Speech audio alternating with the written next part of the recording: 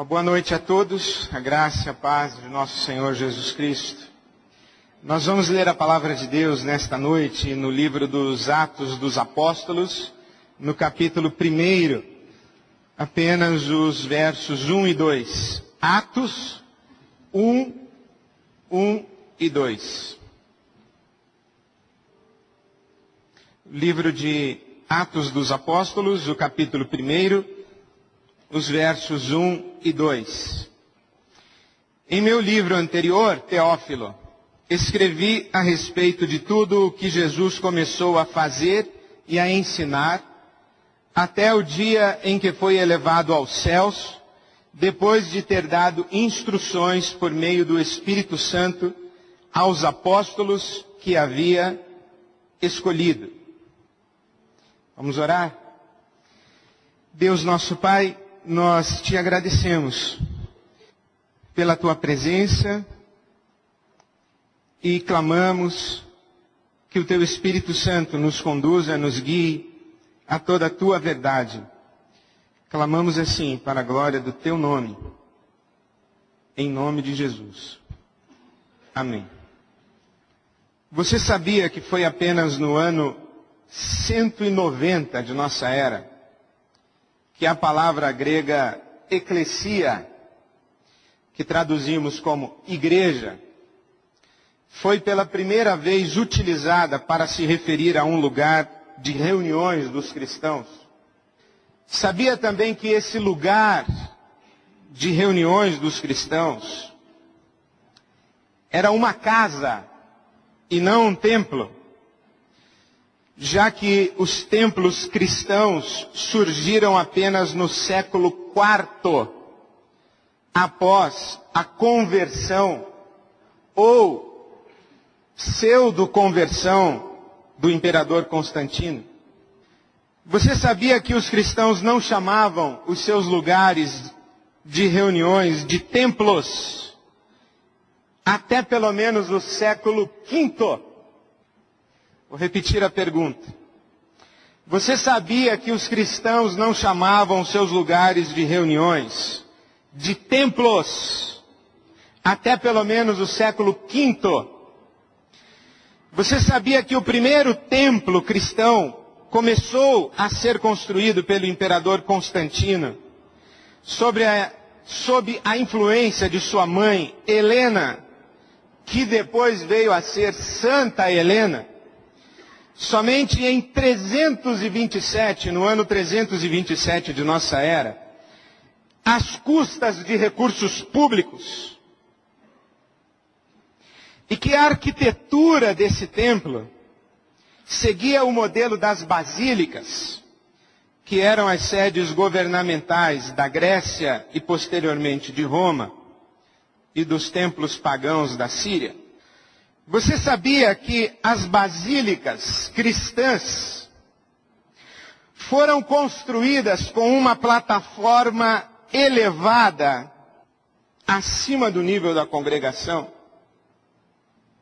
Por exemplo, isso aqui, essa plataforma elevada acima do nível da congregação. E nessa plataforma figurava o altar. E à frente do altar, a cadeira do bispo. E a cadeira do bispo era chamada de cátedra. Você sabia que o termo ex-cátedra significa desde o trono, numa alusão ao trono do juiz romano? E por conseguinte, o trono ou a cadeira do bispo era o lugar mais privilegiado e honroso do templo. Você sabia que o bispo pregava sentado? Porque ele falava ex-cátedra. Ele falava sentado no trono. Ele pregava sentado. E posicionado de tal maneira que o sol refletia em sua face.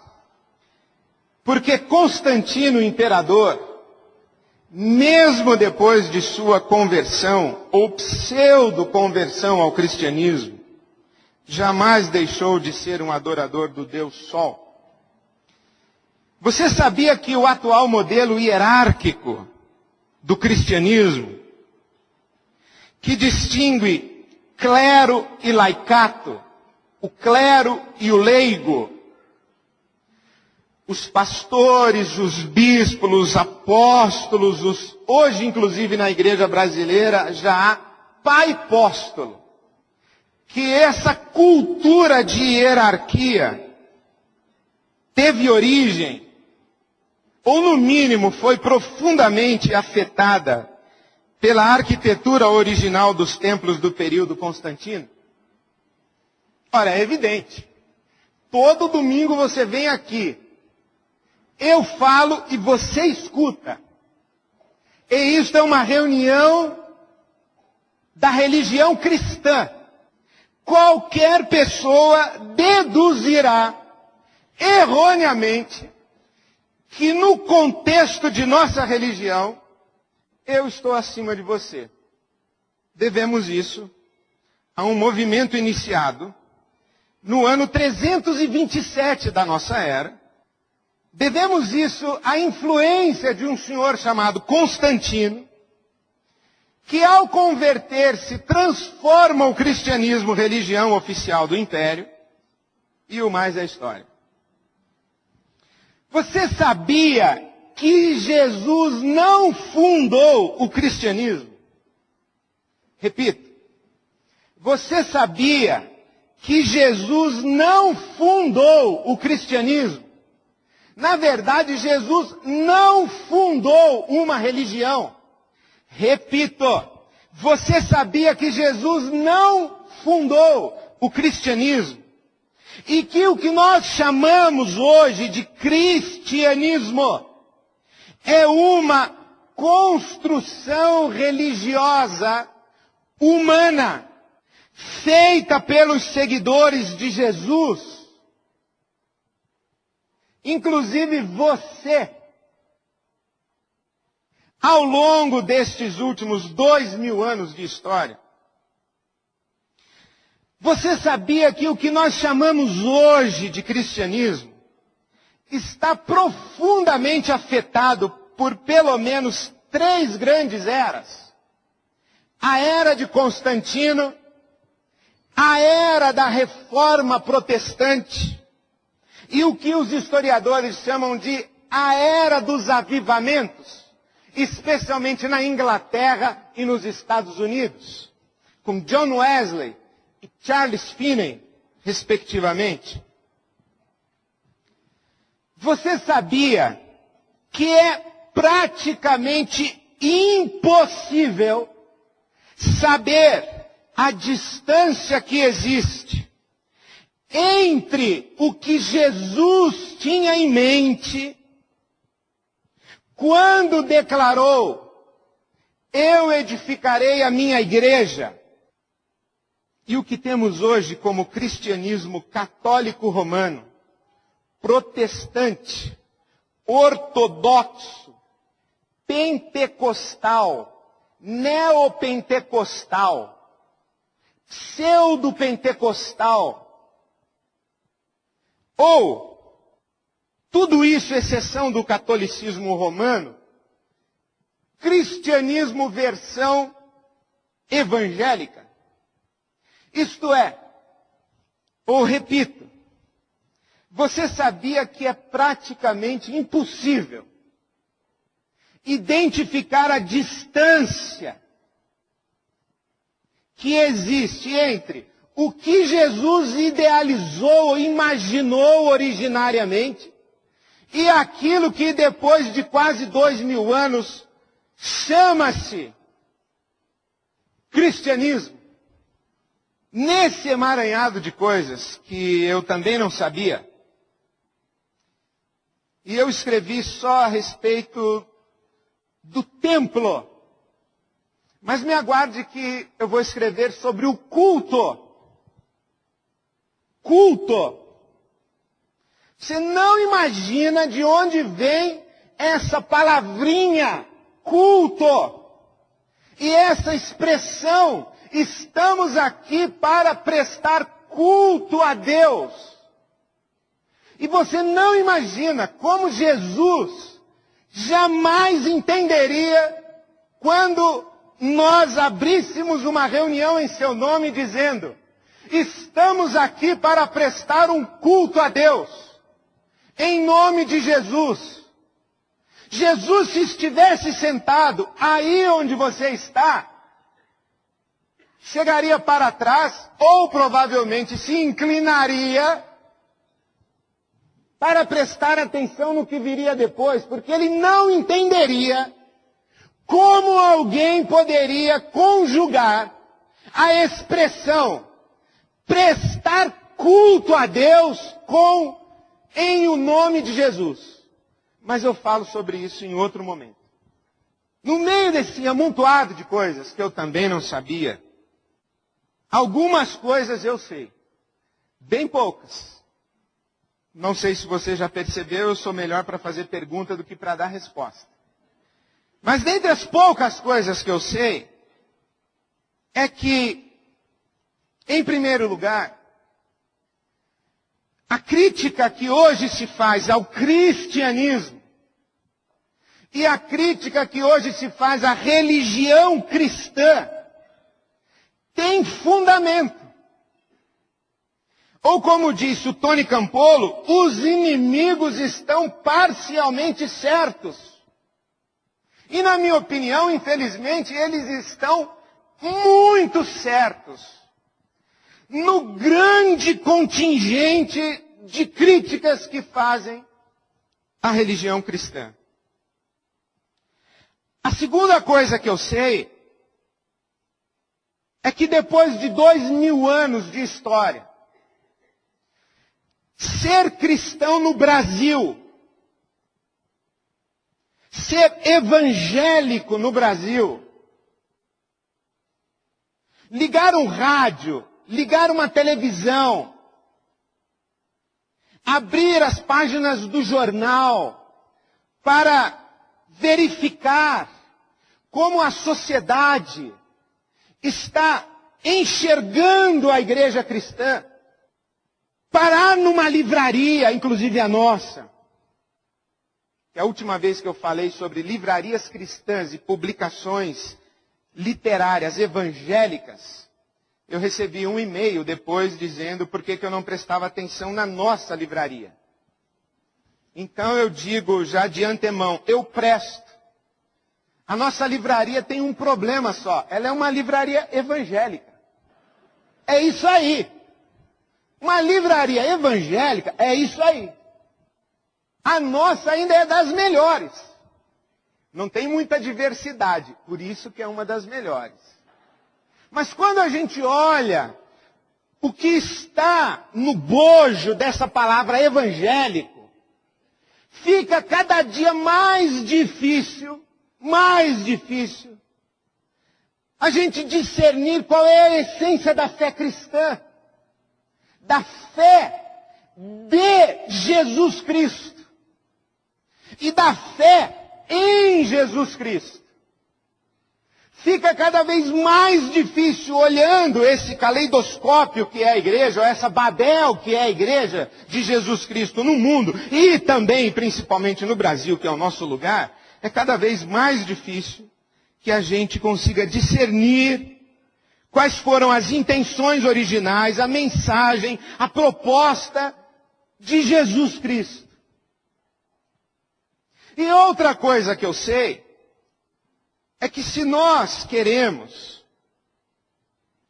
olhar com o mínimo de condição de discernimento do pensamento, do coração, da proposta, da vida e da obra de Jesus Cristo, o melhor que nós temos em mãos é a Bíblia Sagrada. Especialmente o Novo Testamento. E isso é interessante e muito interessante. Porque o ano passado, quando eu estive no Marrocos, mais precisamente na cidade de Casablanca, e me encontrei com um pastor, um cristão, no meio de 36 milhões de habitantes, que, num contexto de 1.000 pessoas, exercia a função pastoral.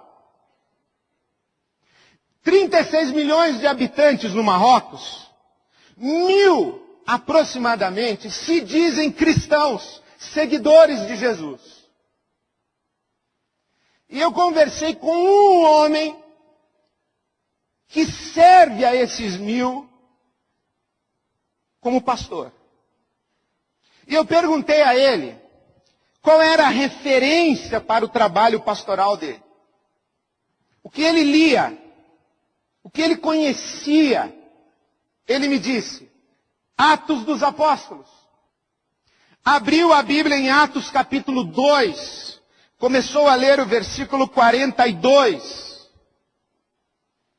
Leu até o versículo 47.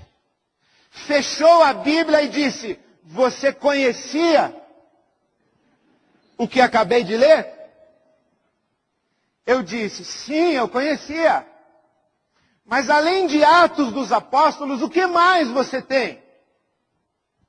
Atos dos Apóstolos. E eu perguntei para ele, você já ouviu falar em John Wesley?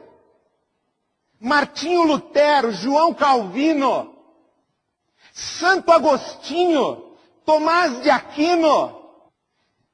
Ele fez uma cara assim de... Os nomes não me são estranhos. Num primeiro momento, o meu coração se apertou muito, porque você sabe o quanto eu gosto dos livros. Mas no segundo momento eu me pus a pensar se não seria melhor mesmo deixar aquele irmão no Marrocos apenas com Atos dos Apóstolos. Deixar aquele nosso irmão no Marrocos sem Joyce Meyer, que foi o livro que ele me trouxe traduzido em árabe. Kenneth Hagin, em árabe. Eu pensei, Deus, será mesmo que vale a pena trazer isso tudo para o Marrocos, para esses 1.000 cristãos? Uma igreja que está começando agora. Será mesmo? Eu não tenho respostas. Aliás, eu tenho resposta. Nós temos que inundar o Marrocos com livros, além de Atos e Lucas. Mas eu tenho um profundo temor, porque eu só posso lhe falar sobre Lucas e Atos por causa dos muitos livros diferentes de Lucas e Atos que eu já li. Eu só posso lhe falar sobre Atos porque eu já li um montão de coisas sem ser Atos. E hoje eu já não sei mais se quando eu falo a partir do montão de coisa que eu li que não era Atos, ou a partir da minha leitura de Atos. Isto é, eu já não sei mais se quando eu falo muito mais fiel à mente, ao coração originais de Jesus, ou muito mais fiel aos 2.000 anos de história e de teologia e de movimento cristão depois de Jesus. Uma coisa é certa, meus queridos, nós não temos escapatória. O exercício que nós fazemos a cada domingo, e a partir deste domingo à noite, 1º de fevereiro de 2009, a partir deste domingo à noite, de forma muito mais radical do que você já ouviu ser feito desse púlpito, o exercício que nós fazemos é tentar tirar de sobre o Novo Testamento estes 2.000 anos de história e de sobre o Novo Testamento esta pilha de livros para tentarmos perceber numa coerência de 2000 anos de história, o que é que o Espírito Santo de Deus vem dizendo à igreja? Esse é o nosso exercício. Esta é a função dos livros. A função dos livros é, por um lado, iluminar o livro. E por um outro lado, nos dar uma noção de coerência do que foi que os seguidores de Jesus, desde o primeiro século da era cristã até agora, o século 21, o que foi se tornando consensual, o que foi se tornando comum ao longo da história, para que nós tentemos discernir o coração e a mente originais de nosso Senhor Jesus Cristo. Você sabia, por exemplo, que foi Lucas quem escreveu o livro de Atos dos Apóstolos? Eu não me surpreendo que muitos não saibam, mas foi Lucas. O mesmo camarada que escreveu o Evangelho de Lucas escreveu Atos dos Apóstolos. E você sabia que quando ele escreveu era um livro só? Lucas e Atos eram 2 volumes de um livro só. Somente 150 anos depois é que foram separados. 150 anos depois é que foram separados como 2 livros distintos. Mas Lucas e Atos dos Apóstolos devem ser lidos juntos. Há uma mesma lógica, uma mesma coerência, uma mesma intenção. Lucas, quando começou a escrever o Evangelho de Lucas, ele tinha um propósito, ele tinha uma finalidade, ele sabia por que estava escrevendo. Ele escreve o Evangelho de Lucas e o livro de Atos dos Apóstolos aproximadamente no ano 80 da era cristã. Isto quer dizer, mais ou menos 50 anos após a morte de Jesus. 50 anos após a morte de Jesus, Lucas decide documentar e escrever a história de Jesus Cristo. Por quê? Imagine que daqui a 50 anos alguém vai sentar e falar assim: houve um atentado no World Trade Center em 2001, 11 de setembro. Daqui a 50 anos. Imagine. Aquilo que falamos a respeito do atentado em 2002, o que falamos em 2003, nós estamos só em 2008. E olhe a repercussão, as diferentes implicações, as consequências de um atentado em 2001, 11 de setembro de 2001. Nós só estamos em 2009, né? Estamos em 2009. Agora imagine daqui a 50 anos, alguém olhando para 2001 e contando a história de 2001. Por que esse camarada resolveu, 50 anos depois, contar a história de Jesus? O que é que estava acontecendo? Creio eu que pelo menos 2 coisas estavam acontecendo. A primeira é que 50 anos depois da morte e da ressurreição de Jesus, havia entre o povo judeu e os seguidores de Jesus uma profunda frustração messiânica. Uma profunda sensação de que o Messias não era o legítimo, que Jesus fora um falso Messias. Jesus fora um Messias que não dera certo. Uma sensação de que estamos seguindo o cara errado. Nós caímos num conto. Nós estamos na lona, na pior condição. Estamos frustrados com o nosso Messias. Por quê? Porque você sabe que no ano 70 da era cristã, o imperador general Titus Flávio, pôs abaixo o templo de Jerusalém. esmagou uma revolta judaica, na qual morreram mais de 1 milhão de judeus. O exército romano matou na Palestina, no ano 70 da era cristã, mais de 1 milhão de judeus. Destruiu o templo de Jerusalém. E expulsou o povo judeu da Palestina. Esse povo só voltou à Palestina em 1948.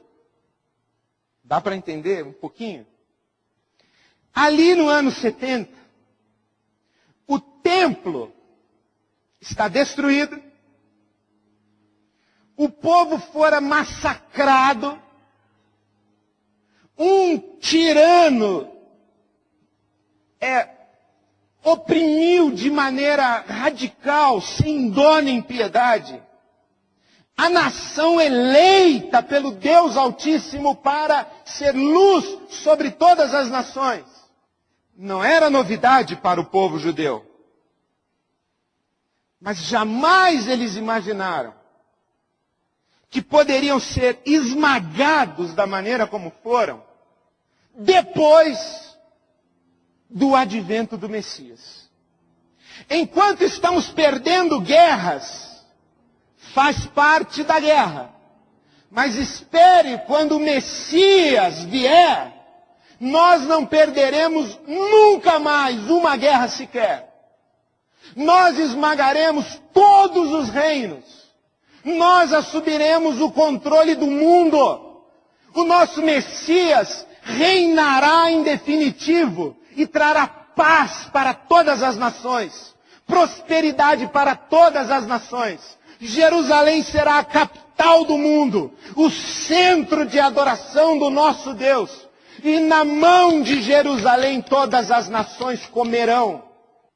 Só que o Titus Flávio, imperador romano, não concordou com essa esperança messiânica. Matou mais de 1 milhão de judeus e pô-los a correr da Palestina. A proposta do reino de Deus, desse Messias, era uma proposta que ia na contramão das expectativas messiânicas. Não violência. Se alguém ferir a tua face, oferece a outra face.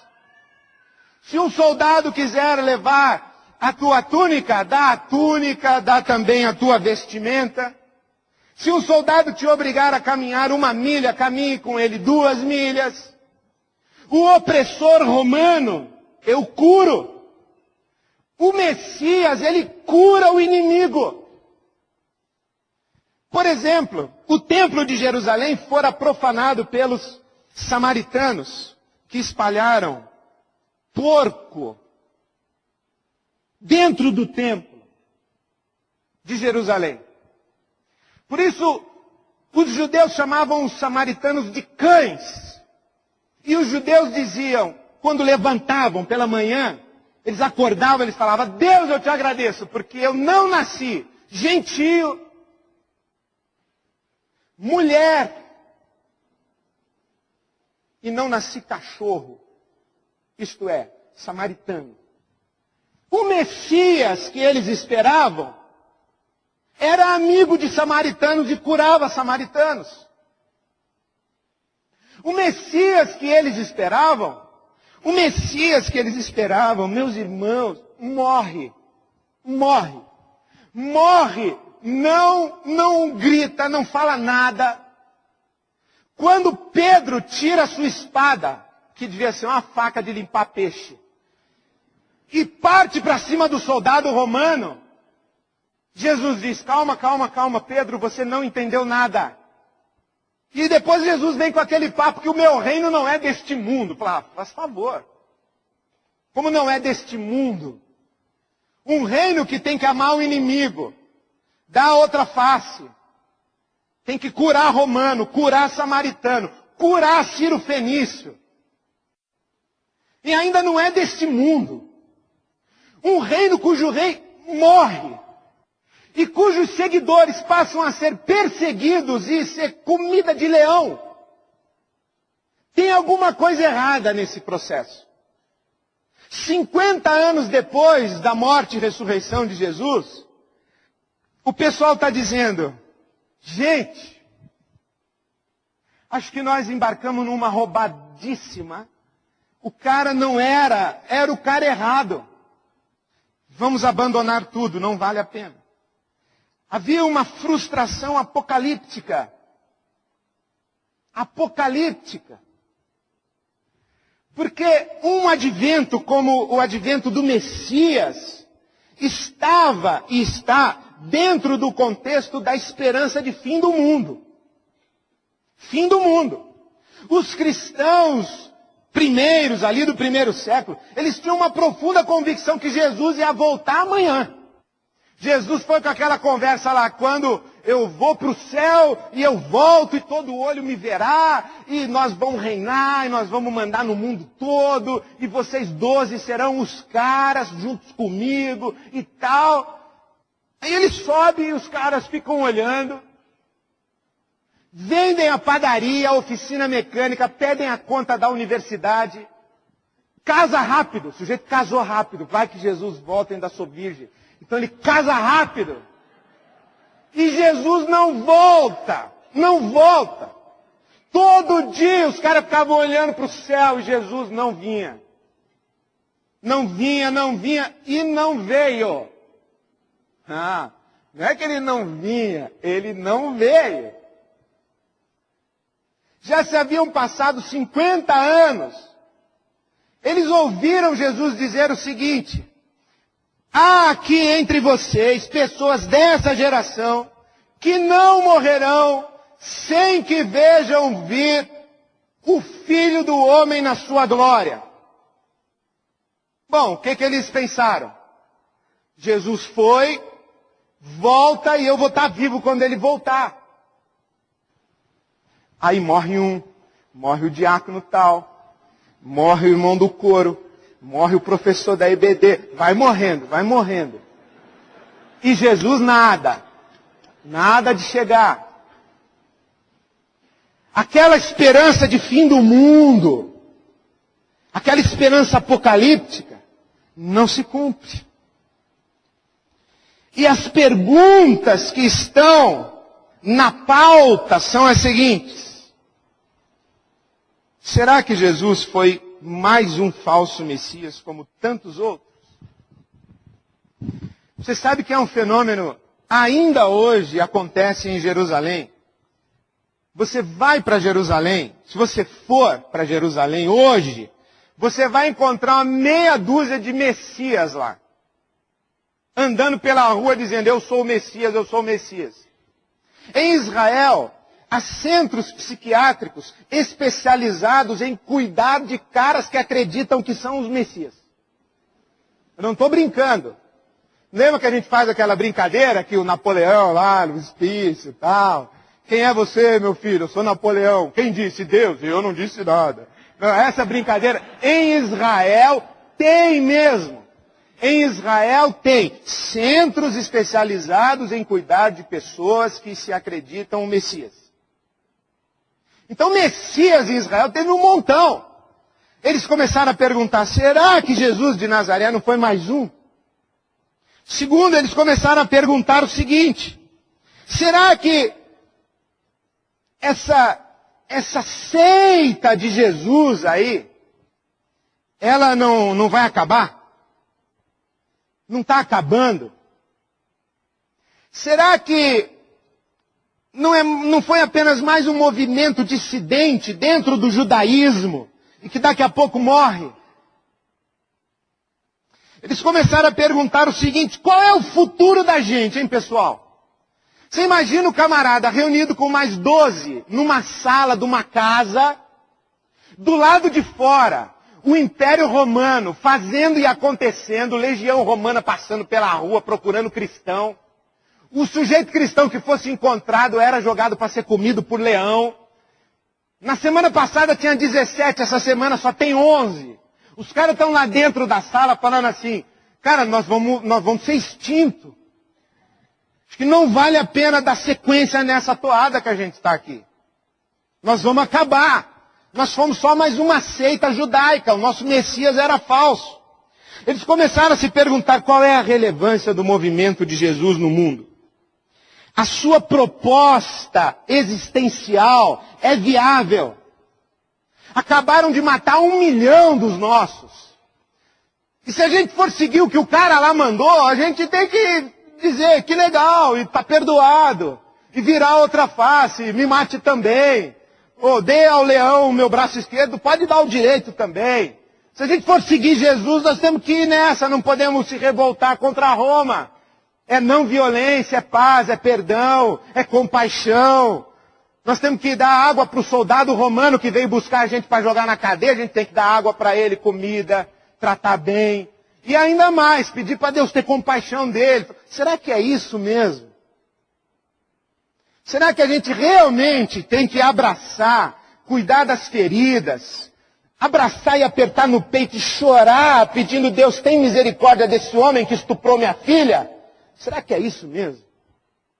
Eles começaram a perguntar isso. Eles começaram a se perguntar qual era a essência do movimento de Jesus. Será que foi isso mesmo que ele falou? Será que o que nós estamos fazendo hoje, 50 anos depois, era realmente o que ele queria que a gente fizesse? O que realmente ele deixou para nós? E a grande questão, meus queridos, é que estas perguntas ainda estão na pauta 2000 anos depois. Nós continuamos querendo saber o que foi que Jesus realmente ensinou. Continuamos querendo saber se o que ele ensinou é viável num mundo como o nosso.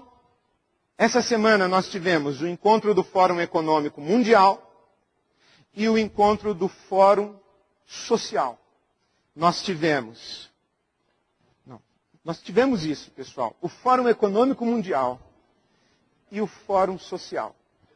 O que nós cristãos temos a dizer sobre isso? O que nós cristãos falaríamos se nos dessem uma plataforma no Fórum Econômico Mundial? E o que nós cristãos falaríamos se nos dessem uma plataforma no Fórum Social? O que nós temos a dizer? O que Jesus nos ensinou é viável.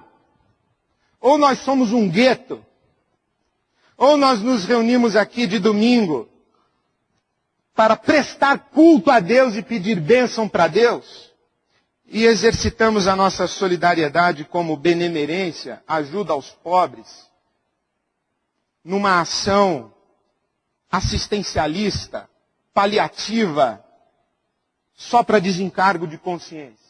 Eles queriam saber isso lá, e nós estamos querendo saber isso aqui. Vale a pena continuar seguindo a Jesus no mundo? Essa é a pergunta. O que é que Lucas tem a dizer para nós? Aí ele escreve Lucas e Atos. No meio de tudo isso, teve um camarada que parou e falou, eu vou responder isso aí. Eu vou responder isso aí. Preste atenção, aí ele começa. Lá em Lucas 1:1. E termina em Atos 28. E responde tudo isso. Qual é a essência da mensagem dele?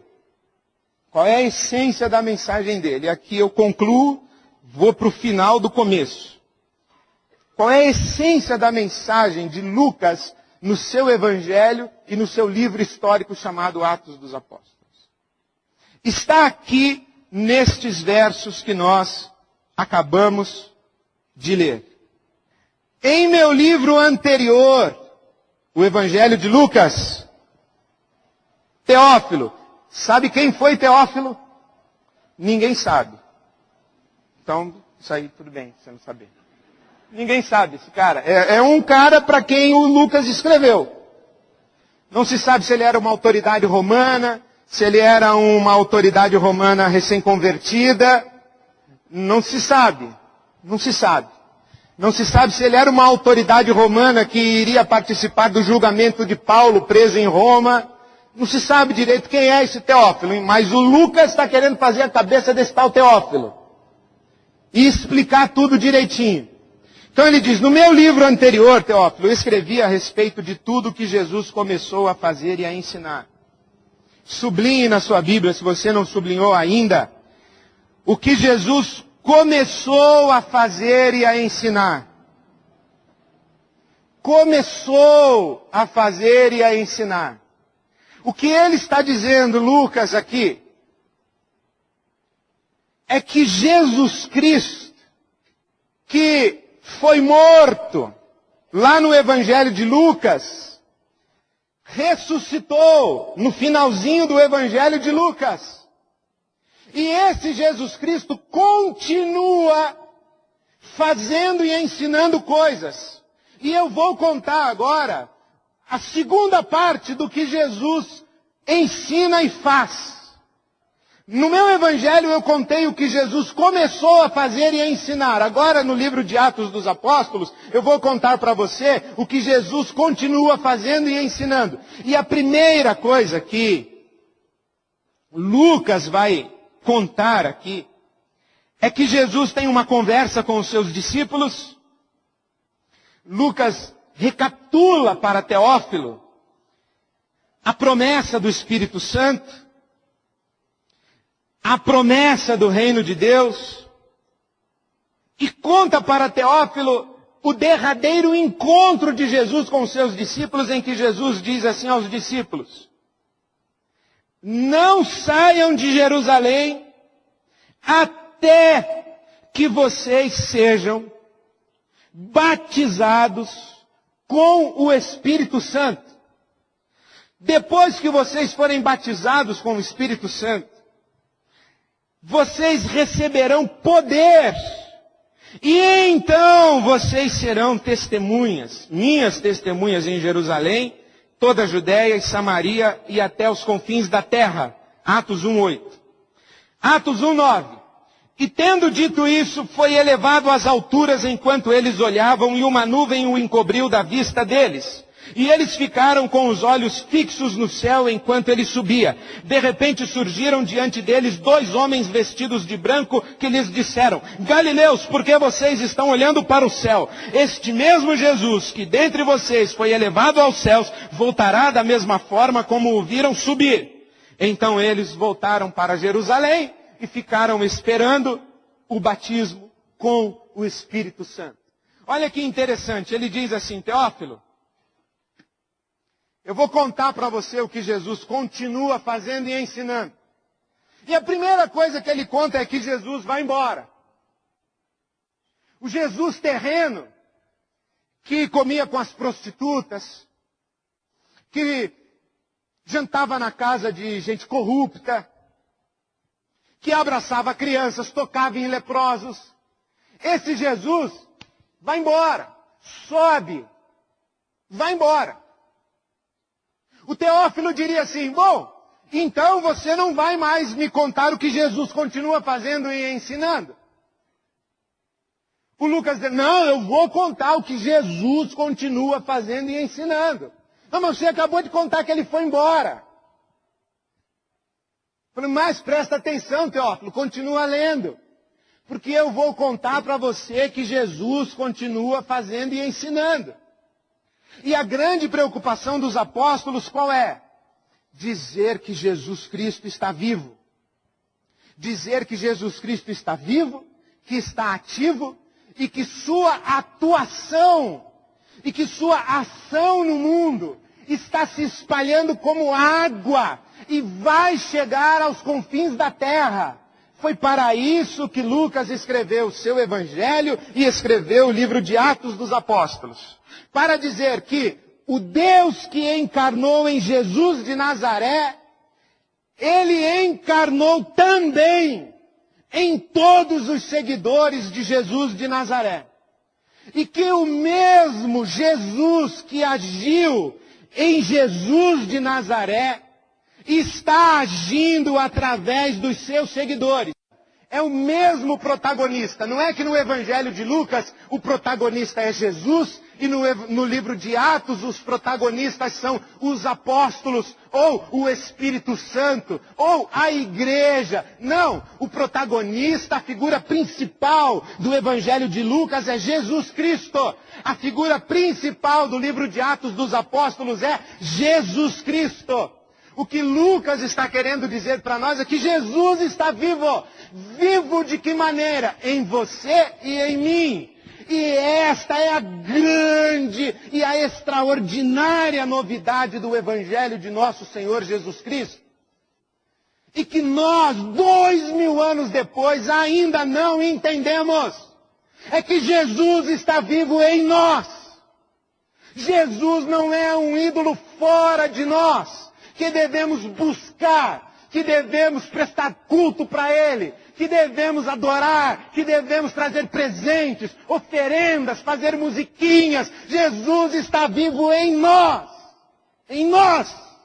Ele não está fora de nós, está em nós. Nós somos Jesus Cristo presente no mundo. Nós. Ninguém, nenhuma religião, nenhum ser humano ousou dizer o que Jesus Cristo disse. Todas as religiões tratam a figura divina como mais um ser de todo o universo. Imagine o seguinte, faça um círculo bem grande, bem grandão na sua cabeça. Grande, o mais imenso que você conseguir. No lugar mais longe desse círculo, e se você quiser ser um cara antenado, você imagina um círculo em expansão. Não tem problema. Mas no lugar mais longe desse círculo, lá na fronteira, quando acaba esse círculo, você coloca o trono do Deus Altíssimo. E aqui dentro do círculo, você se dirige a esse Deus que está lá no trono, e Deus está num trono dentro do círculo, hein? Deus é mais um dos seres dentro do círculo. É o mais poderoso, é o eterno, é o santo, é o isso, é o aquilo, é tudo. Mas ele é um dentro do círculo. Jesus Cristo disse assim, nada disso. Deus não está dentro do círculo. O círculo é que está dentro de Deus. Nele nós somos, nos movemos e existimos. O círculo está dentro de Deus. E Deus está dentro de nós. Meu amigo e pensador, Paulo Purim, que assina os seus textos como Paulo Brabo, ele diz assim que Deus foi extravagante, que ele encarnou uma vez em um filho, Jesus de Nazaré, mas não se deu por satisfeito. Ele quis encarnar de novo. E ele não quis apenas um filho, ele quis centenas e milhares de filhos. E encarnou de novo. De tal maneira que o Cristo encarnado em Jesus de Nazaré está vivo e ressurreto e encarnado em nós. E é isso que o Paulo apóstolo fala. Que essa é a nossa esperança gloriosa, oculta em todos os séculos. Cristo em nós. Cristo em nós. Foi isso que Santo Agostinho talvez tenha discernido quando disse: Deus me é mais íntimo do que eu a mim mesmo. Nós não podemos transformar Jesus em um ídolo a ser servido, a ser adorado, a ser seguido, a ser bajulado. Nós corremos um seríssimo risco de nos tornarmos idólatras.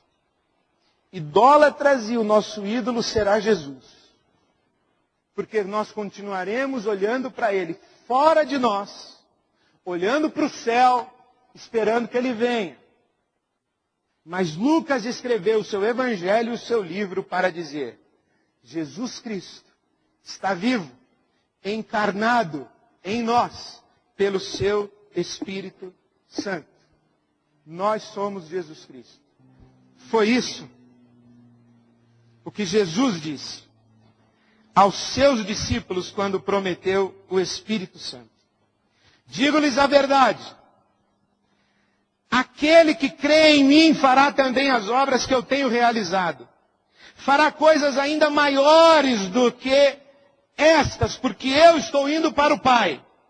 E eu farei o que vocês pedirem em meu nome, para que o Pai seja glorificado no Filho.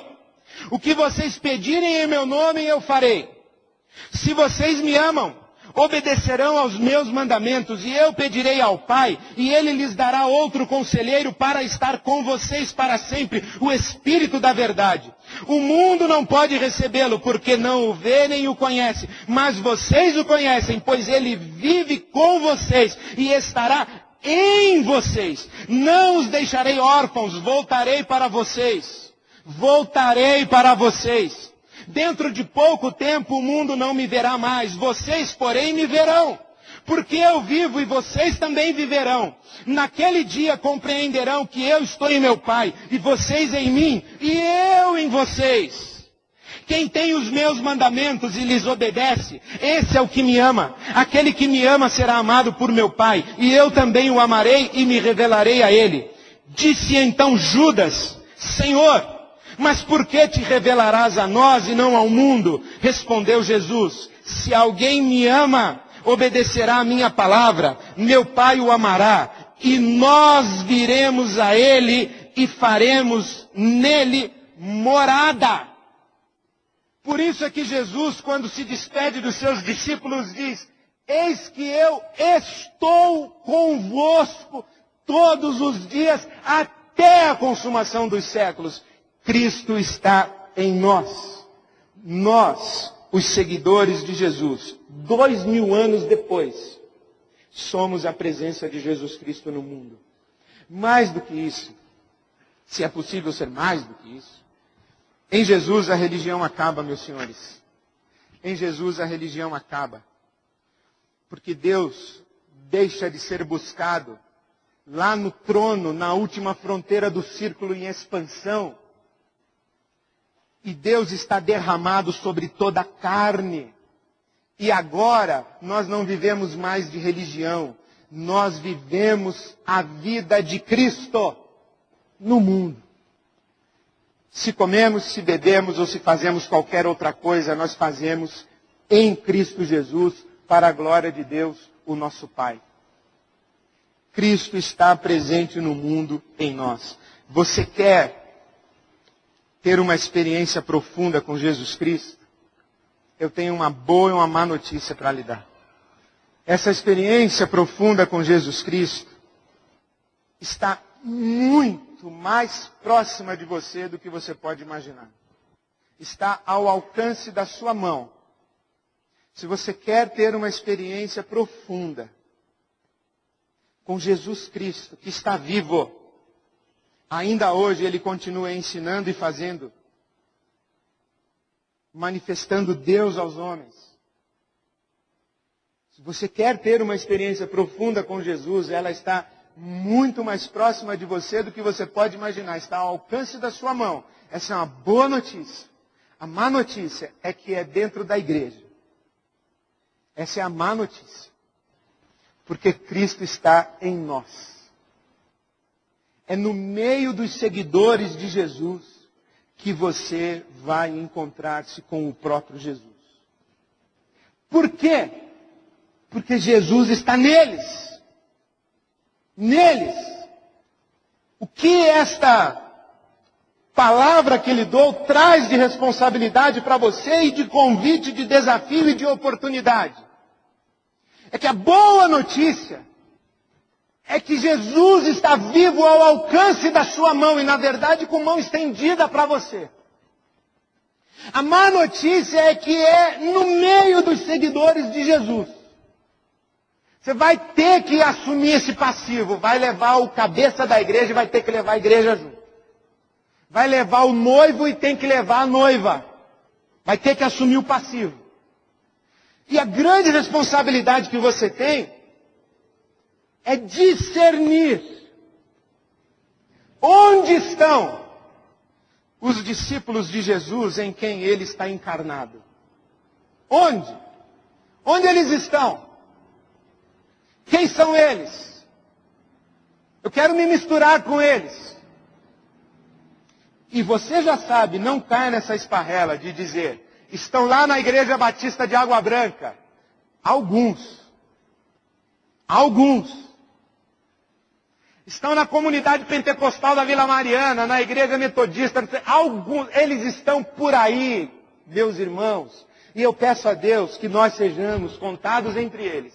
E que nós tenhamos a oportunidade de encontrá-los. Ou que eles nos encontrem. E que nos toquem. E quando nos tocarem, quando nos olharem, quando nos abraçarem, quando nos amarem, quando nos disciplinarem, quando nos confrontarem, quando nos ajudarem, que nós demos de cara, não apenas com eles, os discípulos e os seguidores de Jesus, mas com o próprio Jesus, que neles, vivo, está. O meu convite a você hoje à noite é duplo. É para você entrar nessa caminhada de leitura de Lucas e Atos dos Apóstolos. Eu convidei o Ariovaldo Ramos, ele aceitou. E nós dois vamos ler Lucas e Atos a partir de hoje à noite. Toda vez que você se reunir no domingo na IBAB, nós vamos ler Lucas e Atos. E vamos dizer assim, onde está Jesus? Quais eram as intenções originais de Jesus? Que era o coração de Jesus. Será que a gente consegue discernir isso? E o convite que eu faço para você é um convite para engajamento. Nesse ambiente favorável ao encontro com os discípulos de Jesus, que se chama igreja. Um auditório não é o mesmo que uma igreja. A igreja é a comunidade, é o corpo, é a teia das relações, é essa confusão de joio e trigo. Se você não sair do auditório e não mergulhar nos bastidores da convivência dos discípulos de Jesus que estão sendo trigo misturados com o joio, Jesus vai continuar sendo para você um ídolo, o que lhe será muito pior. Mas se você mergulhar nos bastidores dos discípulos de Jesus, eu tenho certeza que você vai dar de cara com o Cristo ressurreto. Quando você menos esperar. E não apenas uma, nem duas, nem três, mas muitas vezes.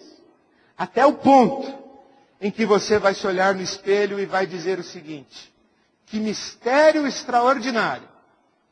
Cristo está em mim. E eu estou em Cristo. Nesse dia, eu quero estar vivo.